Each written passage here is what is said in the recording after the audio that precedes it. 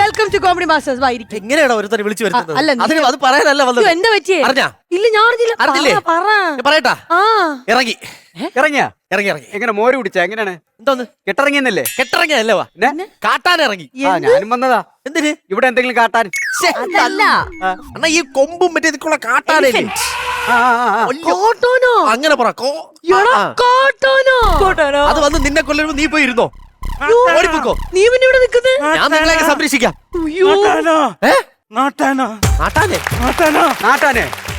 നാട്ടാ ഈ കൊടി നാട്ടാനാ? എടാ, ഇവരൊക്കെ പോയി കഴിഞ്ഞാ നീയൊക്കെ എന്ത് കാട്ടാൻ നിക്കണടാ? എടാ കാട്ടാൻ ഇറങ്ങിയെന്നു. അല്ല, നാട്ടാനെന്ന് വിചാരിച്ചു. ഞാൻ വിചാരിച്ചു കൊടി നാട്ടാൻ അങ്ങനെ വിചാരിച്ചു. അതല്ല, നിങ്ങൾ ഇത്രയും നേരം കാട്ടാനാന്നല്ലേ പറഞ്ഞത്. ഇപ്പൊ പിന്നെ എങ്ങനെ നാട്ടാനായത്? എടാ, നാട്ടാനയുടെ ഒരു വക കാട്ടായം കണ്ടപ്പോ എനിക്ക് മനസ്സിലായ കാട്ടാനയാണ്. ഞാനേ ഈ നമ്മുടെ ഈ ഇത് എൻട്രിക്ക് വേണ്ടിട്ട് അവിടെ ഇങ്ങോട്ട് വരുന്ന വഴിക്കേ ഞാൻ നോക്കുമ്പോ എന്റെ ഫ്രണ്ടിൽ ഒരു കാട്ടാന. നിന്റെ കോമഡിയുടെ നിലവാരം ആന മനസ്സിലാക്കിയിട്ടുണ്ടാവും. അതുകൊണ്ടാണ് കാട്ടാന നിന്റെ മുന്നിൽ വന്ന്. അത് അങ്ങനെയല്ലെന്ന്. എന്നിട്ട് എന്നെ കണ്ടതും ആന ചിഹ്നം വിളിച്ചിട്ട് നേരെ കാട്ടിക്കയറി പോയി. ഏത് പാർട്ടിയുടെ ചിഹ്നട വിളിച്ച്? അയ്യോ, ഞാൻ ഇങ്ങോട്ട് കയറി ചെയ്യുമ്പോൾ ഈ പുള്ളിക്കാരോട് എന്നോട് വന്നിട്ട് ഈ കോമഡി അവിടെ വെച്ച് പറഞ്ഞിരുന്നെങ്കിൽ ആ കാട്ടാന നേരെ കാട്ടിക്കയറി തൂങ്ങിച്ചത്തേനെ. അതെ, ഈ ആന വല്ല നശിപ്പിച്ചോ? അത് ഞങ്ങൾക്കറിയില്ല. ചേർത്തല ശാന്തനെ ടൗണിട്ട് ഓടിക്കുന്നു. അയ്യോ, പക്ഷെ ആന വരുന്നത് കണ്ടിട്ടേ ഓടാതെ കുറെ ആൾക്കാർ അവിടെ തന്നെ നിന്ന്. സമ്മതിക്കണം കേട്ടോ, ധൈര്യമായിരിക്കും. പിന്നെ ധൈര്യം കൊണ്ടല്ല, 2 ദിവസം വിപരീത അവധിയാ.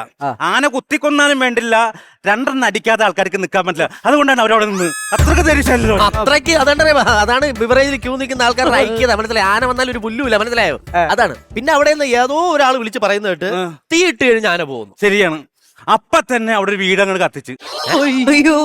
വീട് കത്തിച്ച് എന്നിട്ട് ആന പോയാ? ഇല്ല, വീട് പോയി. ശരിയാ, അതിന്റെ കൂടെ ആ വീട്ടിലുള്ള 4 പേരും പോയി.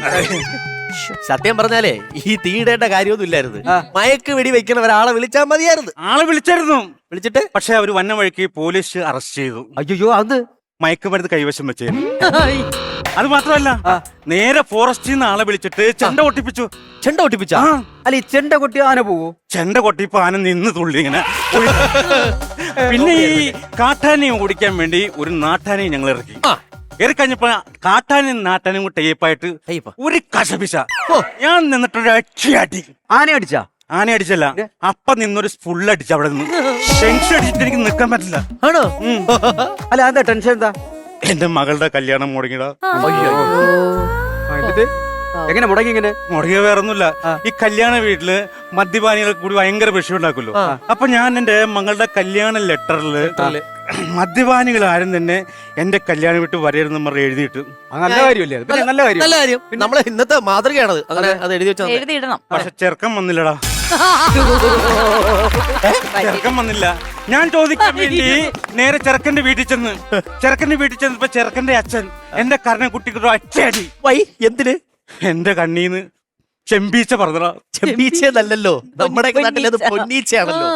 ഞാനൊക്കെ സാധാരണക്കാരും പൈസ ഇല്ലാത്ത പൊന്നീച്ചക്ക് എന്റെ കണ്ണീന്ന് പറപ്പിക്കാൻ പറ്റുമോ? അല്ല, ഞാൻ ചോദിക്കട്ടെ, വീണ്ടും ആനയുടെ കാര്യം പറഞ്ഞല്ലോ.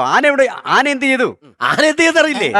അങ്ങനെ ആന ബഹളം വെച്ചോടുന്ന സമയത്തും ഒരാള് ഒരു കസേര എന്നിട്ട് മൈക്ക് എടുത്തിട്ട് കട്ട് എന്ന് പറഞ്ഞതും നേരെ എല്ലാരും വന്നു. ആനയെടുത്ത് ലോറി കയറ്റി ഒരു ലോറി അങ്ങ് പോയി.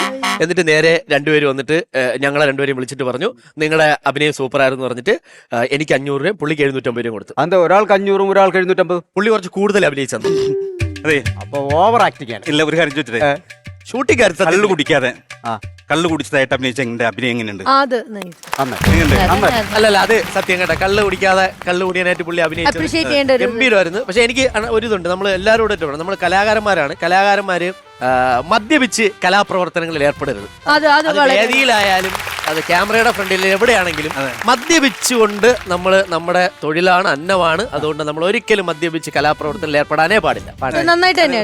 ഒരു കാര്യം ചോദിച്ചോട്ടെ, നമ്മൾ ഈ മദ്യപിച്ച് കഴിഞ്ഞാലേ ഈ തലക്ക് പിടിക്കുന്ന എങ്ങനെ നമ്മൾ അറിയണം? ഫിറ്റ് ആവും എങ്ങനെ അറിയും? ഇപ്പൊ പറഞ്ഞുതരാം. അവിടെ ഒരു മരക്കൊമ്പ് ഉണ്ടായിരുന്നോ? ആ മരക്കൊമ്പില് 2 കാക്ക ഇരിക്കുന്നുണ്ടോ? കണ്ടില്ലേ? ഈ 2 കാക്ക നമ്മൾ ഫിറ്റ് ആണെങ്കിൽ അത് 4 കാക്കയായിട്ട് തോന്നും. അവിടെ ഒരു കാക്കയുള്ളൂ.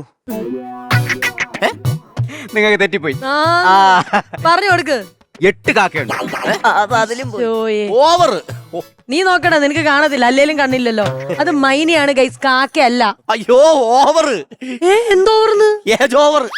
പോടാ, അല്ലത് മൈനയാണെന്ന്. അതെ, ഇതിൽ നമുക്ക് എന്ത് മനസ്സിലാക്കാം? എന്താ മനസ്സിലായേ? ഞങ്ങളെ കൊണ്ടുവന്ന സ്കിറ്റ് പൊളിഞ്ഞു എന്ന് മനസ്സിലാക്കാം. പൊളിയാത്തൊരു അടാറ് സാധനം. ഓ അത് കിടിലം. നോക്കട്ടെ എന്നാന്ന് എടുത്ത് പൊട്ടിക്കേ. ഇതൊരു തൈലമാണ്. തൈലോ? ഇതെന്ത് ഈ തൈലം? തൈലത്തിന്റെ പ്രത്യേകത എന്താ വെച്ചിട്ടുണ്ടെങ്കിൽ ഞാൻ ഉണ്ടാക്കിയതാണ്. അതാണ് ഏറ്റവും വലിയ പ്രത്യേകത.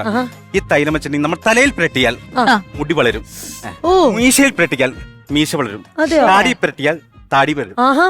പിന്നെ ഇത് ശരീരം മൊത്തം പുരട്ടിയാൽ അതിന്റെ മണം കേട്ടിട്ട് ആ. സുന്ദരിയായ ഒരു പെണ്ണ് അവരെ തേടി വരും. അല്ല, ഒരു minute. കുടിക്കണ്ട, തേച്ചാ മതി. അല്ല അക്രമം കാണിക്കില്ലേ? അയ്യേ, ഒരു മിനിറ്റ്. അതായത് നിക്ക് പറ, കറക്റ്റ് ബ്രാൻഡ് പറ. അതായത് ഈ സാധനം, ഇതിന്റെ പേരെന്താണ്? അഷ്ടഗന്ധ വശ്യ തൈലം. വശ്യ തൈലം. അതിന് പുറത്ത് നമ്മൾ എവിടെയും ഇരിക്കണോ? ഇങ്ങനെ ഇരിക്കണോ? വേണ്ട, എവിടെ വേണ്ടിയിരുന്നോ? എവിടെ ഇരുന്നാലും. ഒരു സ്ത്രീ എന്തായാലും വരും, നല്ല സുന്ദരിയായ സ്ത്രീ. ആണോ? അതെ, എനിക്കൊരു ഡൗട്ട്. എന്താ? ഞാൻ ഈ തൈലം തേച്ച് ഒരു പെണ്ണിനെ വരുത്തിയിട്ടേ പിന്നെ അവളെ തേച്ചാ കുഴപ്പമുണ്ടാ? അവളെ തേച്ച കുഴപ്പമില്ല, നീ ആയതുകൊണ്ട്. ആണോ? കാരണം നിന്റെ സ്വഭാവം അതല്ലോ. വൈദ്യരെ അല്ല, ഞാൻ ഒരു കാര്യം ഇത് ചോദിക്കട്ടെ. എങ്ങനെയാ ഇതിന്റെ അളവൊക്കെ? കുടിച്ച കുഴപ്പമുണ്ടോ? കുടിച്ചാ കുഴപ്പമില്ല, തട്ടിപ്പോന്നുള്ളൂ. തിരട്ടിയാ മതി. കുറച്ചുകൂടെ അതെ കേട്ടോ. ഷൂട്ടുള്ള അവിടെ തങ്കച്ചേട്ടൻ ഇച്ചിരി കൂടുതൽ കൊടുക്കണേ. കുറേ ആണ്ടെ, വർഷത്തെ ആണ്ടെ. വശ്യത മനോഭാവം ഉണ്ട്. ഒന്ന് മണത്തി നോക്കി. എനിക്ക് ഒരു തുള്ളി ഇട്ടാ മതിടാ. ആരെങ്കിലും വരുന്നുണ്ടോ നോക്കടാ. ആരും വന്നില്ലല്ലോ. അല്ല, അതെ, ആ. ഇപ്പൊ വരില്ല. നിങ്ങളുടെ പരിപാടി നടക്കട്ടെ. ഓ, സമയം സമയം കഴിയുമ്പോ ആ സുന്ദരി ഇവിടെ വരും. സുന്ദരിലേക്ക് എത്തണമല്ലോ, അല്ലേ? ഈ മണം സുന്ദരിലേക്ക് നമുക്ക് കാണാം. വരും. എന്തായാലും ഇത് തേച്ച് വെച്ചിട്ടുണ്ട്. ഏത് സമയത്താണ് സുന്ദരി വരുന്നതെന്നുള്ളത് നമുക്ക് നോക്കാം. ഇരിക്കുമ്പോഴാണ് കൈ വെളിയിലിട്ടേക്കണേ. ഇങ്ങനെ വെച്ചേക്കെ, ചിലപ്പോ കൊത്തണമെങ്കിൽ. അത് തന്നെ. അവരുടെ സന്തോഷം ഒന്ന് നോക്കിക്കേ. അയ്യോ, അല്ല, ഞാനൊരു ഡൗട്ട് ചോദിച്ചോട്ടെ. നിങ്ങളുടെ മനസ്സിൽ ഇപ്പൊ ഒരു സുന്ദരി വരാണ്, അല്ലെങ്കിൽ ആ സുന്ദരി ഇങ്ങനെ ഇരിക്കണം എന്ന് വല്ല ആഗ്രഹങ്ങളുണ്ടോ? അങ്ങനെയൊന്നുമില്ല, അതൊക്കെ കുറച്ച് മുന്നേ ഉണ്ടായിരുന്നു. ഇപ്പൊ അങ്ങനെയുള്ള ആഗ്രഹം ഈ തൈലം പറ്റിട്ട് നമുക്കൊരു ആഗ്രഹമില്ലേ? ദൈവമേ, എനിക്ക് ഇല്ല, കുറച്ച് വർഷം മുന്നേ ഉണ്ടായിരുന്ന ആഗ്രഹം അത് പറയാം. എന്നാലും കേക്കട്ടെ എന്നാ. ഇല്ല, ആ ആഗ്രഹം പോയല്ലോ. ഇപ്പൊ അതിനാ നമുക്ക് ആരെങ്കിലും വന്നാ മതി. പുള്ളി നേരത്തെ പറഞ്ഞല്ലോ ഇത് വന്നിട്ട് തേച്ചാ കുഴപ്പമുണ്ടെന്ന്. അതെ, പുള്ളി നേരത്തെ തേച്ചിട്ടുണ്ടോ? അതായിരിക്കും ഉറപ്പായിട്ടും ഒരു തേപ്പാരം ഉണ്ടോ അതിന്റെ ഉള്ളില്. എന്തായാലും ഈ തൈലത്തിന്റെ ആഫ്റ്റർ എഫക്ട് നമുക്ക് അറിയാം. ഇനി ഈ തൈലം വർക്കൗട്ട് ആവാണ്ട് വരുമോ? ഒരിക്കലും എത്ര ഭാര്യ വരും? 3. അപ്പൊ ഒരിക്കലും വർക്കാണ് സാധനം. സാധനം